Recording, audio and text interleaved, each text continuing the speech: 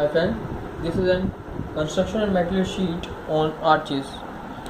Arches, you know that the arches is used in the further time because arches which are more or mainly used at where in which we have to bear more load or larger load because the capacity of the arch of bearing the load is higher than a span or which are using at that time in our buildings also.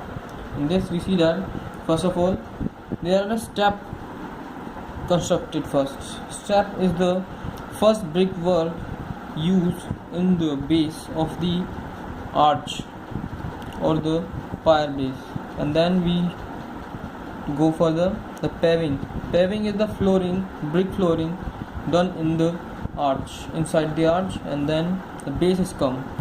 Base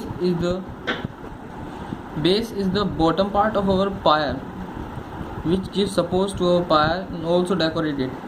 The pier is work as the column. We also call pier as column. In our time, we call pier as column.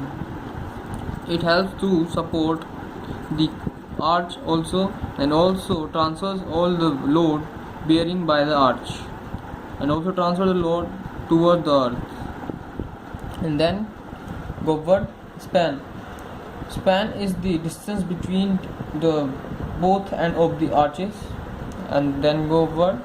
The arch also contains a radius of it, and then you see that this is a semicircular arch, half of a circle. And then we go upward. Then the impost is made there. Impost is the base of our arch. You see that in there the base is the bottom part of a pier, and that the impost is the base of our arch. And when we go further, that the abutment is the brickwork used near to the arches or here and there in the arch. You see that all the brickwork is called abutment.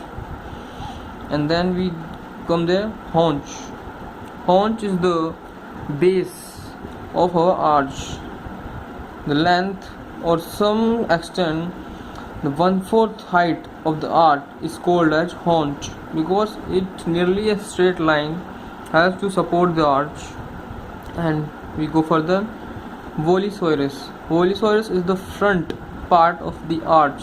The front face we see in the arch is the volisoirus. Astrados is the upper layer or the thickness of the arch. You see that the small part is extrados, and then we see that the intrados is also there.